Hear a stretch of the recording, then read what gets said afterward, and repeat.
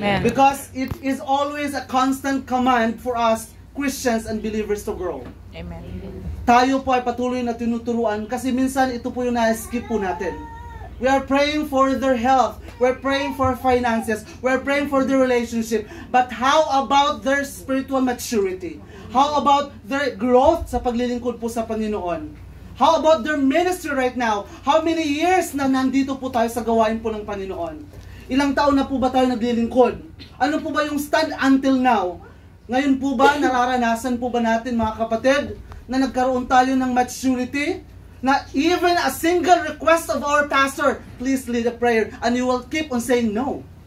First and foremost, ang tanong mga kapatid, kamusta po ba yung relasyon natin sa Diyos? Kamusta po ba yung puso natin sa Panginoon?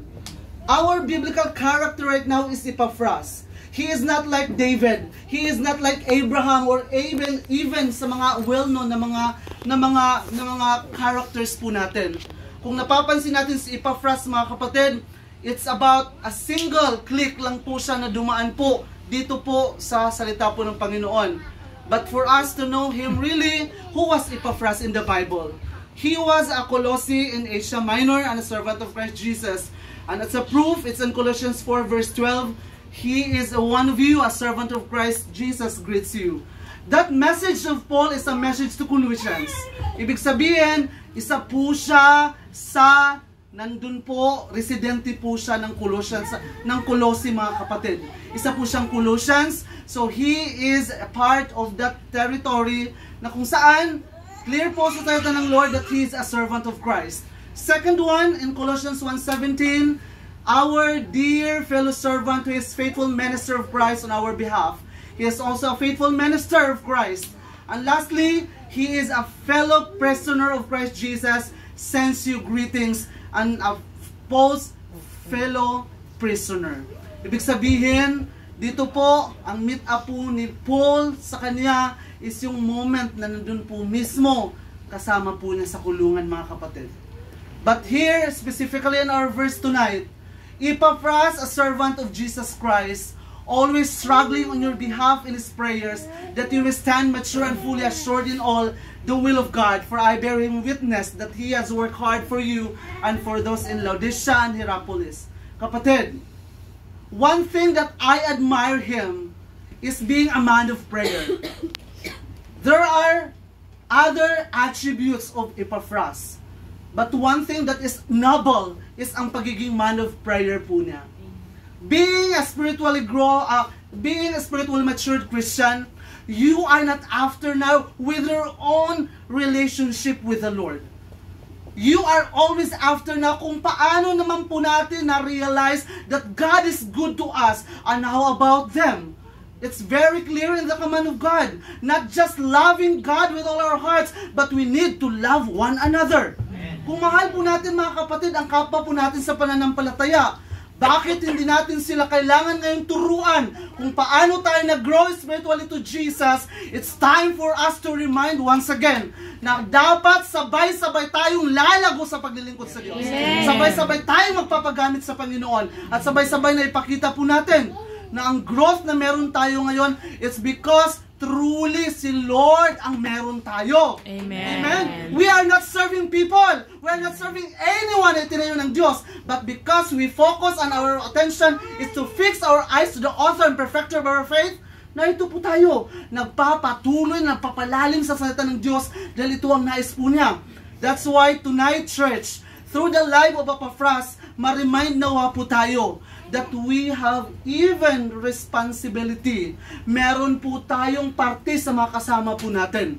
Ito nga po, we are all products and fruit of prayers, di po ba? Amen. Kung paano tayo naging bunga. It's time for us na magkaroon ng product. Amen. It's time for us na magkaroon ng bunga mga kapatid. Amen. Kung paano sila taimtim na nanalangin para po sa atin, ito po yung pagkakataon, part of that spiritual maturity, ay ang magbaba din po tayo sa kanila. Let's see, one of the benefits, nagkaroon tayo ngayon ng relationship with our Lord, di po ba? Amen. Because of that spiritual maturity. First and foremost, God is our Father and we are His friend. But, paano po ba tayo maging best friend ng Lord? Of course, ang magkaroon ng totoong maturity sa Kanya. Paano natin higit na makikilala ang Diyos kung wala tayo sa salita ng Diyos? Paano natin makikilala ng lubusan ng Diyos kung tayo mismo ay walang tamang relasyon sa Kanya? We are not just our friend. He is our best friend. Best friend siya natin mga kapatid, na kung saan lagi tayong may nasusumbungan. At nawa, through these Bible verses, maaalala po at mariremind po ang bawat isa po sa atin that how we are able to pray for somebody to grow spiritually.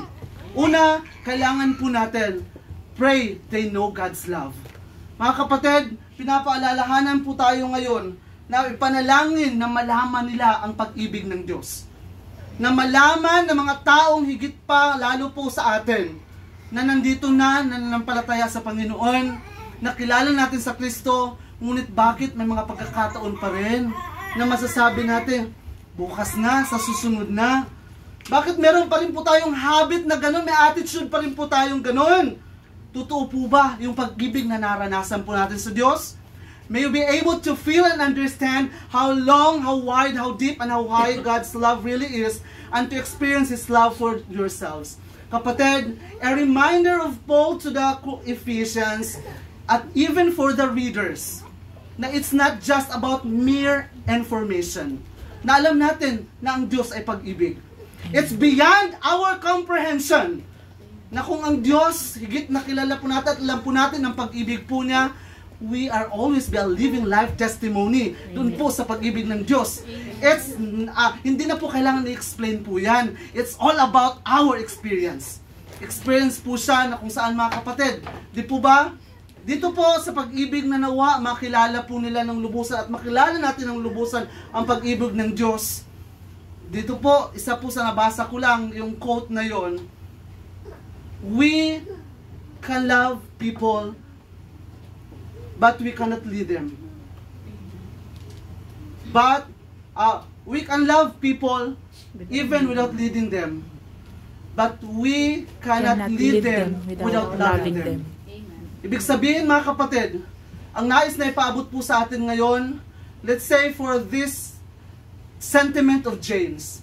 According to James 2:17-23, godly love is not limited to mere knowledge. It must be expressed in action. Amen. Amen. Love is the greatest gifts of God.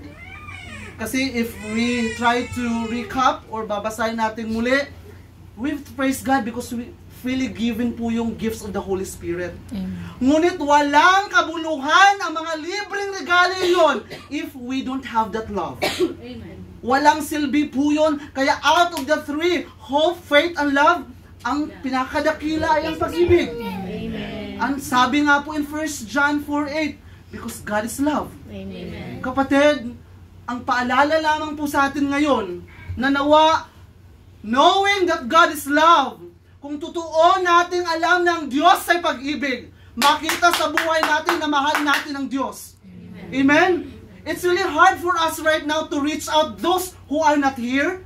It's really hard for us to say once again sorry to them. It's really hard for us to say na, kapatid, kamusta ka na? Or until now, andun pa rin bit-bit po natin yung mga fried chicken. Kapatid, used oil ang gamit nun. Hindi yun healthy. Yung fried na yung kalas. Hindi na po kailangan natin po yun. So dito po, but remember, kaya nga po in contrast, sa mga Pariseo ang ginawa po nila. They're following the law, yes. And even their actions, yet, there is neglection doon po sa pag-ibig po ng Diyos. At they did not have that love of God in them, mga kapatid. So action without love is just invalid as love without action. Walang kabuluhan ng lahat ng yun, mga kapatid, kung walang kaakibat na gawa. Amen. Alalahanin natin, nagkaroon po, mga kapatid, siguro, muli, na naging weak po tayo na our spiritual aspect. Dahil hindi natin binigyan importansya kung ano po ba yung totoong kahalagahan ng pag-ibig. Nasa pag-ibig na yon, dito lagi po ang bitbit ng mga Kristiyano, bitbit na mga mananampalataya, na dahil sa pag-ibig ng Diyos, mas lalo akong a-attend ng NOP. Amen. Amen? Na dahil sa pag-ibig ng Diyos, walang dahilan para mag-absent ako. At walang dahilan, because if your desire, because it's clear in the Word of God, di po ba? As we pray according to the will of God, He hears us. Amen. So ngayon, alam ng Diyos ang desire mo in alignment to His will. Kapatid, wala nang distraction. Wala nang magsasabing nanakaw yung time po natin sa ibang bagay. Kasi una sa lahat, we know our stand with the Lord. Kaya nga po, ito po nawa, itong tanong na ito, nakakatulong sa bawat isa po sa atin. Who do you know that they may struggling and needs God's love? Let us pray for them, hallelujah, as well. Let them know today how much you really love them. Amen. Naalalahanin natin mga kapatid, na if there are people that until now they don't know exactly what's the essence of having that love from the Lord, na maranasan at maunawaan po nila na ang Diyos ay andyan na totoo at kumpletong magmamahal po sa atin. Amen. Amen? Second one, let's also pray that they learn to trust God. Magkaroon po tayo ng spiritual maturity mga kapatid kung manatili po tayong magtiwala sa Diyos. Amen. I pray that the God who gives hope will fill you with much joy and peace while you entrust in Him. It's clear mga kapatid, di po ba? That joy and peace, because God is a God of peace. He is a God of joy. Nang sa gayon, maranasan po natin through the prayer of Paul to the Romans mga kapatid, kailangan po rin ng partisipasyon. Kailangan pa rin po ng part natin.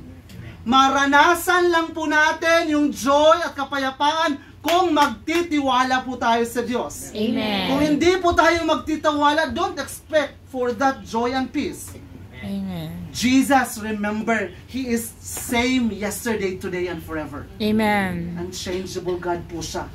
So mga kapatid, we will continue to grow spiritually nawa. Amen. Kung lagi nating alalahanin po yung bagay na yun, that we give always our total dependency to the Lord. Amen. We will not rely now on our own. Amen. Kasi sa Diyos na ito, yung buhay na meron tayo ngayon, pag-aari na po ito ng Panginoon.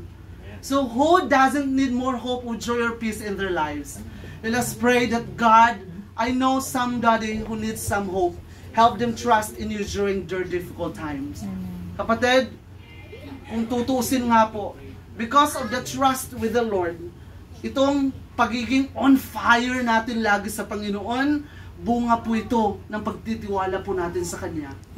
Kasi po, hindi po magkakaroon, hindi mag-ignite po yung fire po natin sa paglilingkod sa Diyos kung wala po yung pagtitiwala na nandyan po siya. Amen. Yung familiar nga na verse, di po ba? Si Lord, siya nga po, sino po ba mag-strengthen sa atin mga kapatid? Sino po ba ang magpo-provide po sa atin? Sino po ba ang tutulong po sa atin?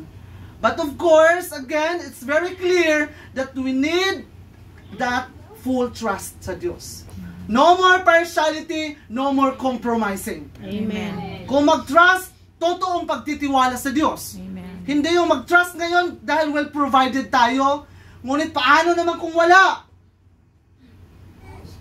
Madalas, ang nangyari, opo, kung wala tayo, nagtatrust tayo sa Panginoon, ngunit kung meron naman tayo, nawawala po tayo.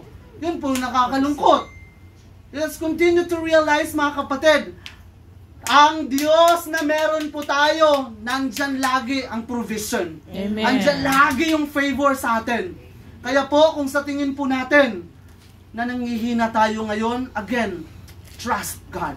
Amen. Kung sa tingin natin, na dahil sa panahon na sitwasyon natin ngayon, again, magtiwala po tayo sa Panginoon. Nang sa gayon, magkaroon muli ng growth po yung spiritual na aspeto ng buhay po natin.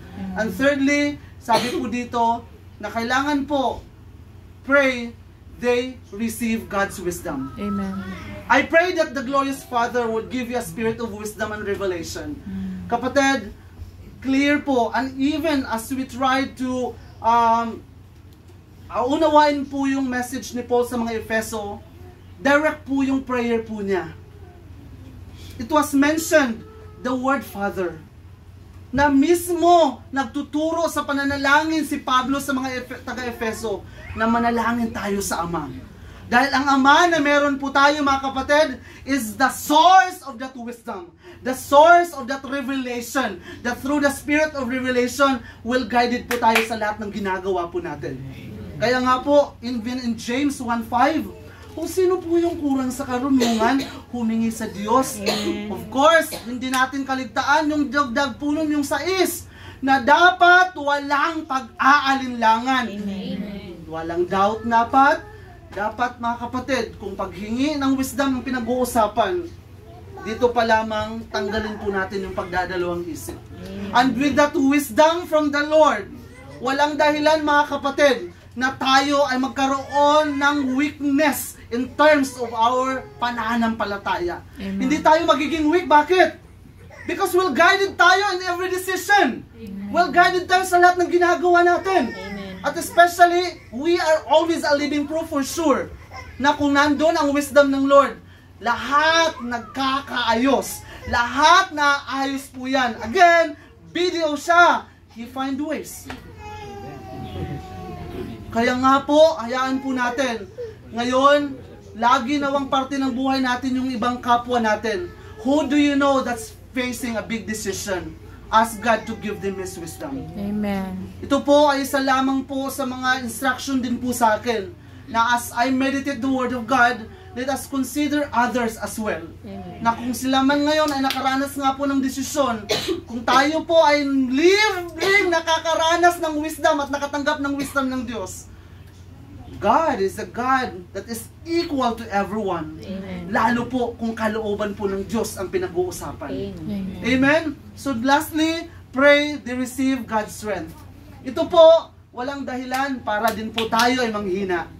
Kasi God is the source of our strength. Amen? That is why the joy of the Lord is our strength. Produkto po ng kalakasan yon na nabigyan tayo ng kagalakan ngayon. Yung kagalakan na anuman po ang mangyayari, magpapatuloy tayo maglilingkod sa Diyos.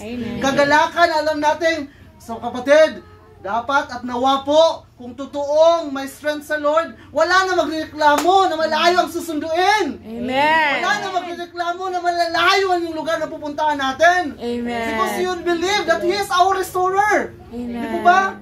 At nawa po, sa bawat isa sa atin, pagod man sa trabaho, if we have that commitment sa Panginoon, magkaroon man po ng mga abirya, mag-a-adjust man po yan sa oras natin, kahit isang oras, because if you know and you believe that God is the restorer, maglilingkod at magpapatuloy tayo maging parte ng gawain ng Diyos. Amen. Amen? Kaya nga po, I pray He may strengthen you with power through His Spirit. But of course, always recognize the work of the Holy Spirit. Amen. We want that power, galing sa banal na Espiritu Santo. Not physical strength lagi. Not po yung pamamaraan at kapangyarihan po ng tao. Kaya nga po naging epektibo si Jesucristo sa kanyang pagtuturo because He's bringing the Spirit and power na galing po sa Panginoon. Sa atin. Kung nais po natin maging epektibo mga kapatid sa pagtuturo or anuman po yung paraan ng Diyos ipapagawa po sa atin, always recognize the Holy Spirit. Amen. Who do you know that feels overwhelmed by life or like they're having to do everything on their own power? Pray for them. God help them to know they're not alone today. Give them strength and power. Amen. Kapatid, wag na pong mag-rely sa sarili nating kakayanan. Amen. Wag na pong magsasabing kaya natin. Kasi literally hindi po natin kaya. Hindi natin maarok ang nais na ipagawa po sa atin ng Diyos. But if we believe that He is the God who will supply that yung mga kailangan po natin kalakasan na ipagkaloob po yan. Amen? Malakas po ba tayo sa Diyos? Amen. Kung malakas po tayo, huwag nang tingnan yung mga tabi natin. Malakas tayo espiritual. Nawa po mga kapatid, kung paano po tayo pinapataba physical, equal po nawa ang pagtaba natin. Amen. Amen. Amen? Kasi nakakahiya po yan. Baka ang pagiging basihan pa, yung shadow mo, kalaki mo, yung espiritu mo kaliit. Nakakahiya yun. Di po ba? Kaya nga po, sa gabi pong ito, turuan po natin ang bawat isa po because a simple conclusion that we should pray for each other's maturity and spiritual growth. Amen. Nawa, dapat po sa atin mag-mature na pagdating sa ating paglilingkod sa Panginoon. Amen. Magkaroon tayo ng growth. Time to stir up. Amen. Time po. Kasi po, dito mapalad na tayo sa Eastern Province. Maraming pag-aaral. Maraming mga training. Maraming equipping. At sa pamamagitan na yun, confident tayo na mag-share ng Word of God kahit saan tayo dadalhin. Amen. Diba? At saka, napakapalad po natin mga kapatid. Kasi po, sa pamamagitan po ng mga pag-aaral na yun, confident tayo na itataas man po tayo ng Diyos, may bala tayo. Amen. Amen. Kaya po, let us all stand. Hallelujah.